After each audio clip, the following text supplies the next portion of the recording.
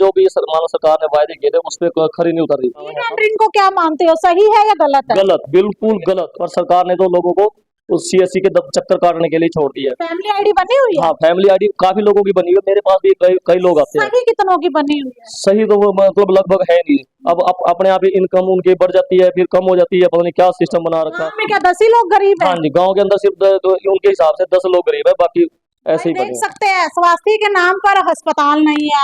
अगर बात करें सफाई की तो 5 पॉइंट भी नहीं है, स्वच्छता की तरफ भी कोई ध्यान नहीं दिया जा रहा। 50 ऐसे बंदों के बीपीएल कार्ड बने हुए हैं जिनके घर में गाड़ियां खड़ी हैं अच्छा। और 10-10 किले जमीन है।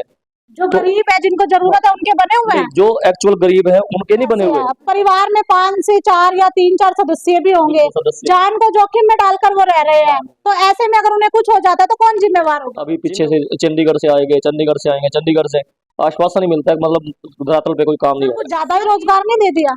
नहीं, ज्यादा रोजगार नहीं, कुछ नहीं है, बस ये तो सरकार ऐसे ही है, बस कहने को है रोजगार कुछ। हम 20-25 सालों के अंदर ये रिपोर्ट लेके चलो, 25 सालों के अंदर 5 ही मकान बनाए हैं। नमस्कार, मैं शबनम और आप देख रहे हैं जनता की आवाज। भाई, गांव का दौरा करते करते आज जो हम है कुंजपुरा ब्लॉक के मुगल माजरा गांव में पहुंचे हैं। आपको बता दें कि गांव के सरपंच सुशील कुमार हमारे साथ मौजूद है। आज हम इनसे शिक्षा, स्वास्थ्य और रोजगार के साथ उन योजनाओं के बारे में भी चर्चा करेंगे जो सरकार ने योजनाएं चलाई है। क्या वो योजनाएं इनके गांव तक पहुंची है? क्या उन योजनाओं का लाभ जो है गांव की गरीब जनता को मिला है? तो यहाँ पर जो सरपंच साहब है उनसे बातचीत करेंगे और जानेंगे कि इनके गांव तक कौन कौन सी योजनाएं पहुंची है। नमस्कार सर। नमस्कार जी। जी सर, अगर शिक्षा की बात करें तो आपके गांव के अंदर स्कूल कितने तक है? मेरे गांव के अंदर स्कूल मिडिल तक का है, मतलब 8वीं क्लास तक है। अच्छा, उसके बाद बच्चे कहाँ पे जाते हैं पढ़ने के लिए? उसके बाद बच्चे लगभग या तो बड़ा गांव है या फिर उसके बाद कुंजपुरा में जाते हैं, वहाँ पे मैं इंटरमीडिएट तक स्कूल है। सर, जो स्कूल है आपके गांव में मिडिल क्लास तक का, उसमें टीचर्स कितने हैं? स्टाफ लगभग पूरा ही है अपना। हाँ।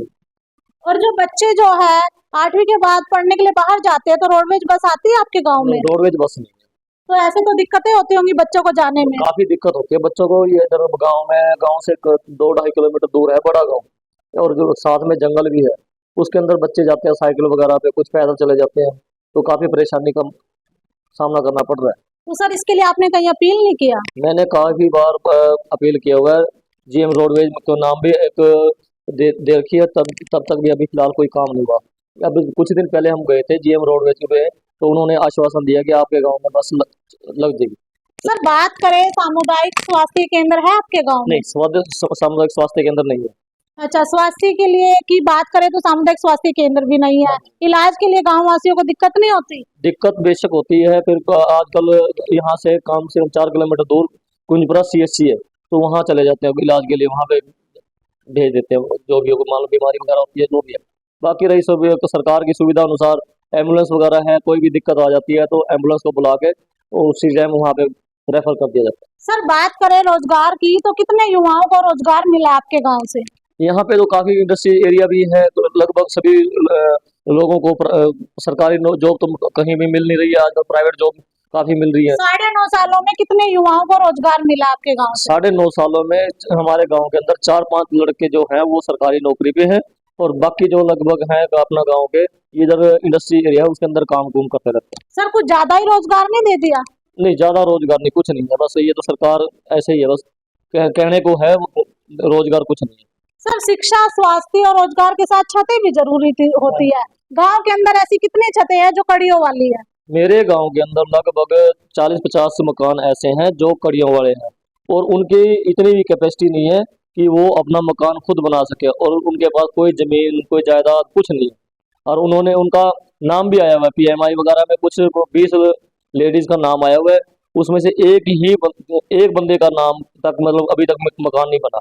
सर, बात करें सरकार ने आवास योजना चलाई है कि 2022 तक सबकी छतें पक्की हो जाएंगी, और अभी भी सरकार कह रही है 2024 तक पक्की हो जाएंगी। तो ऐसे में जो है कितने मकान की छत पक्की हुई है आपके गांव में 9.5 सालों में? 9.5 सालों के अंदर 5 मकानों की छतें पक्की हुई है, और बाकी लगभग इसमें से मैंने पहले ही बता दिया 40-50 घर ऐसे हैं अभी भी जो कड़ियों वाले हैं और जिनके पास कोई मतलब साधन नहीं है। तो सर, मतलब कड़ियों वाले तो ज्यादा है, और सरकार ने सिर्फ 5 ही घर बनाए 9.5 सालों में? 5 9.5 सालों में नहीं है मैम, ये 9.5 साल का पहले का ले लो टाइम। तो उसमें पीछे कम से कम 20-25 सालों के अंदर ये रिपोर्ट लेके चलो, 25 सालों के अंदर 5 ही मकान बनाए हैं। भाई आवास योजना की बात करें तो आवास योजना की जो आवास योजना जो सरकार ने चलाई है वो जो है गांव तक नहीं पहुंची है। गांव के अंदर अभी भी जो है गरीब लोग रह रहे हैं, कड़ियों वाली छतें हैं, कब ढह जाए कब गिर जाए कुछ नहीं पता। सर जो रह रहे हैं लोग कड़ियों वाली छतों के नीचे जर्जर हालात में कितने हैं? जर्जर हालातों में उसमें भी मतलब मैं लगभग वो जो भी हैं जितने भी कड़ियों वाले मकान है जर्जर हालातों में रह रहे हैं, वो भी उनको टाइम स्पेंड करना मुश्किल, बहुत मुश्किल है। सर 50 से 60 घर ऐसे हाँ हैं, जी। परिवार में 5 से 4 या 3-4 सदस्य भी होंगे, बिल्कुल सदस्य। जान को जोखिम में डालकर वो रह रहे हैं। तो ऐसे में अगर उन्हें कुछ हो जाता है तो कौन जिम्मेवार होगा? जिम्मेवार क्यों, क्या है वो भगवान के भरोसे बैठे हैं। सर जिम्मेवारी का कौन जिम्मेवार लेता है? कोई भी नहीं। सर भगवान के भरोसे क्यों हाँ जी। रखते हो? जब सरकार ने योजनाएं चलाई हैं तो धरातल पर लागू करना भी तो सरकार का काम है। अब मैं इसके इसमें से मतलब 23 बंदों का नाम लिस्ट में आया हुआ है PMAY के स्कीम के तहत। मैंने 2-3 बार चक्कर, कम से कम 10 बार चक्कर काट चुका हूँ भाई इन बंदों के मकान पक्के करा दो, पर कभी वहाँ आश्वासन ये मिलता है। अभी पीछे से चंडीगढ़ से आएंगे, चंडीगढ़ से आएंगे, चंडीगढ़ से आश्वासन नहीं मिलता है, मतलब धरातल पे कोई काम नहीं हो रहा है। सर ई टेंडरिंग को लेकर जो सरपंच है वो पंचकुला में पहुंचे थे, हाँ जी। वहाँ पे लाठीचार्ज भी हुआ था, आप भी गए थे? हाँ जी, मैं भी गया था। लठ मैं भी खाए थे? नहीं लक्ष्य तो खाए नहीं, मैं तो फर्स्ट टाइम तो गया नहीं, सेकंड टाइम गया था। सिर्फ वहाँ पे हमने वहाँ पे संघर्ष ही किया था उसका। ठीक है जी, लठ लुट तो कोई खाए नहीं, वो चीज है। सर अगर बात करें ई टेंडरिंग में क्या कुछ विकास के काम हुए आपके गांव के अंदर? मैंने ई टेंडरिंग के अंदर एक काम दिया था जी। गांव के अंदर इतना बुरा हाल था, पीछे गांव से बाहर नाला, नाले में ई टेंडरिंग के टाइम में एक वही ई टेंडरिंग में काम दिया था। उसको काम को लगभग 6 महीने ऐसे ही हो गए, ना तो टेंडर लगा ना कुछ हुआ। लास्ट में बोल के जब पब्लिक बहुत ज्यादा परेशान होगी तो फिर मैं और गांव वाले लोग उधर ऑफिस में गए, ऑफिस में ये उनकी परेशानी बताई, सारा कुछ किया। तो उन्होंने फिर कहा भी आपने पंचायत लेवल पे करा लीजिए। अब वही काम मैंने पंचायत लेवल पे करा दिया, जिससे लोगों को बहुत फैसिलिटी मिल रही है और आने जाने में कोई दिक्कत नहीं हो रही है। सरपंच साहब गांव के अंदर 5 पॉइंट भी बने हुए हैं। नहीं 5 पॉइंट नहीं है, 3 पॉइंट है, और वो भी बहुत ही जर्जर हालातों में है। ना तो पहले कोई सफाई थी ना कुछ था। अब कुछ महीने पहले हमने एक तालाब की सफाई कराई है। तो सफाई कर्मचारी सर? सफाई कर्मचारी अभी लगाया मैंने इस साल में, तो पिछले 10 सालों के अंदर सफाई कर्मचारी नहीं था। गांव के अंदर कोई चौकीदार है? नहीं, चौकीदार नहीं है। चौकीदार के लिए मैंने रेजुलेशन दे रखा है, एक बार नहीं 2 बार रेजुलेशन दे चुका हूँ। भाई देख सकते हैं स्वास्थ्य के नाम पर अस्पताल नहीं है। अगर बात करें सफाई की तो 5 पॉइंट भी नहीं है, स्वच्छता की तरफ भी कोई ध्यान नहीं दिया जा रहा।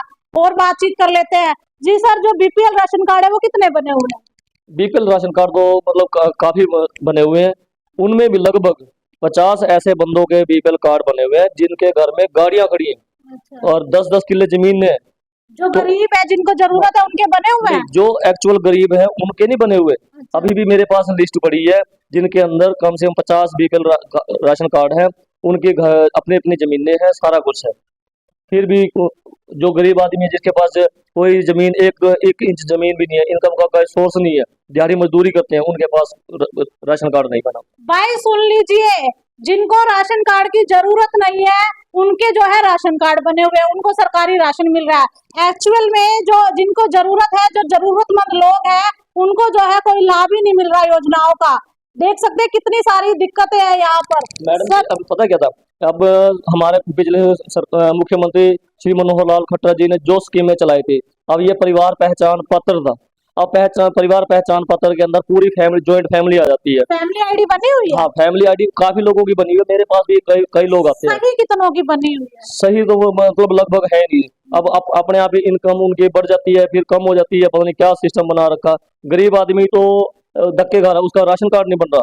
और जो अमीर आदमी है जिसके पास गाड़ियां, जिसके पास 10 किले जमीन है, किसी के पास 4 किले, उनके राशन कार्ड बने हुए हैं। कहीं ना कहीं कागजों में उलझ कर रह गई है जनता। ये है जनता कागजों में, हर टाइम उसको कागज में उठा के CSC पे खड़ी है। अब मेरा ये कहना ये है, एक परिवार पहचान पत्र बनाया है, उसके अंदर लोगों को अब अलग करने के लिए भी कह रहे हैं मीटर कनेक्शन अलग लो, सारा ये कुछ अलग करो। कहाँ से गरीब आदमी करेगा? खाने को तो उसको तो गेहूं नहीं है, और कनेक्शन कैसे ले लेगा? बिजली का बिल भरेगा, सारा कुछ भरेगा, कहाँ से करेगा? और दूसरी प्रॉब्लम ये है, अब कोई मान लो लड़का उधर से कहीं दूसरी जगह से शादी करके आ जाता है, अब उसमें क्या होता है, उनकी उसमें परिवार पहचान पत्र में नाम एंट्री कराना है, तो उसके लिए भी अब सरकार ने क्या रूल बनाया, मैरिज सर्टिफिकेट बनवा के लाओ। मैरिज सर्टिफिकेट बनवाने के लिए भी लगभग 4-5 हज़ार रुपए का खर्चा है, और लोगों को वहां पे कोर्ट के चेहरे को धक्के खाने पड़ेंगे। अब एक सब अगर मान लो सरपंच वेरीफाई कर देता है, उसके बेस पे अगर बन जाती है तो कितनी अच्छी बात है, लोगों को धक्के खाने नहीं पड़ेंगे, 5-4 हज़ार रुपए नहीं भरने पड़ेंगे। पर सरकार ने तो लोगों को उस CSC के चक्कर काटने के लिए छोड़ दिया। कहीं ना कहीं जो मैरिज रजिस्टर्ड है वो भी आपके जरिए होनी चाहिए, हाँ। जिसमें समस्याएं ना आए जनता हाँ, उसमें समस्या, मैरिज रजिस्ट्रेशन की जरूरत क्या है? अब एक परिवार पहचान पत्र के लिए मैरिज रजिस्ट्रेशन तो तभी जरूरत होती है जब मान लो किसी को, फैमिली को उसका बेनिफिट मिलना होता है। अब एक परिवार पहचान पत्र में नाम एंट्री करने के लिए एक गरीब आदमी 5-6 हज़ार कहाँ से लाएगा, जबकि उसके पास राशन राशन के लिए भी पैसे नहीं है। सर बात करें उज्ज्वला योजना की, तो उज्ज्वला योजना के तहत महिलाओं को गैस सिलेंडर मिले आपके गांव में? मिले हैं, कितनों को मिले हैं? कम से कम मतलब 10-12 लेडीज को मिले हैं। वो स्कीम अच्छी है, सरकार ने स्कीमें तो अच्छी चला रखी है, पर उसका बेनिफिट हर एक मतलब हर एक को नहीं मिल रहा। गांव में क्या 10 ही लोग गरीब हैं? हाँ जी, गांव के अंदर सिर्फ तो उनके हिसाब से 10 लोग गरीब है, बाकी ऐसे ही पड़े हैं। तो सर क्या लगता है, जो सरकार ने वायदे किए थे, क्या उन वायदों पर खरी उतर पाई है सरकार? नहीं, वायदे जो भी मानो सरकार ने वायदे किए थे उस पर खरी नहीं उतर रही। अब हम भी बैठे थे, हम लोगों ने हमें जनता ने हमें चुन के यहाँ पे इस लायक बनाया। अब हम सरकार के नियमों की वजह से, उनके रूल एंड रेगुलेशन की वजह से कोई काम नहीं कर पाते। अब पीछे मैंने इसका काम कराना ई है। टेंडरिंग को क्या मानते हो, सही है या गलत है? गलत, बिल्कुल गलत। ये ट्रेंडिंग एक बस ऐसा ही बद्दुआ दाग लगा लो, इसमें कुछ भी काम नहीं कर सकते इसके अंदर। 2 लाख से क्या बनेगा? 2 लाख से आज के टाइम में एक दीवार भी नहीं बनाई जाती। सर जब ई टेंडरिंग गलत है, सही नहीं है, तो सभी सरपंच इकट्ठा क्यों नहीं होते? कुछ ही सरपंच इकट्ठा होते हैं और सरकार का विरोध करने की भी बात कह रहे हैं। नहीं मैडम, ये सरपंच सभी इकट्ठा होते हैं, पर वो क्या है, कुछ लोग क्या करते हैं अपना मीडिया की वजह से, वो सरकार अब उनको ज्यादा दिखा देती है भी हाँ भी सरपंच एकजुट नहीं है। सरपंच तो सभी एकजुट हैं, और इसके खिलाफ, ये टेंडर के बिल्कुल खिलाफ है। मैंने नहीं दिया आज तक टेंडर के अंदर काम, ना होता काम। जब मैंने जो आपको पहले ही बता दिया, 6 महीने में टेंडर नहीं लगा, लोग परेशान हो रहे हैं। ऊपर उठा के पूरे कपड़े उठा के उसमें चलते रहते थे लोग, बाहर के लोग गाली देते थे। तो भाई देख सकते हैं, सरपंच साहब हमारे साथ मौजूद थे, उनसे हमने बातचीत की है। उनका कहना है कि सरकार की किसी भी योजना का लाभ गरीब जनता को नहीं मिल रहा है, गरीब लोगों को जो है वो योजनाएं जो है वहां तक नहीं पहुंच रही है। और रही बात सरपंचों की, सरपंच जो है वो ये कह रहे हैं ई टेंडरिंग जो है वो गलत है। अगर वो गलत है तो सभी सरपंच इकट्ठा क्यों नहीं होते? कुछ सरपंच तो कहते हैं कि ई टेंडरिंग सही है। आप भी कमेंट में जो है अपनी राय जरूर दीजिएगा। अगर आपकी भी कोई समस्याएं हैं, अगर आप भी दर की ठोकरें खाकर थक चुके हैं, तो फोन उठाइए और हमें कॉल कीजिए। हम आपकी समस्याएं सरकार और प्रशासन तक पहुंचाने में आपकी मदद करेंगे। इसी के साथ जय हिंद, जय भारत।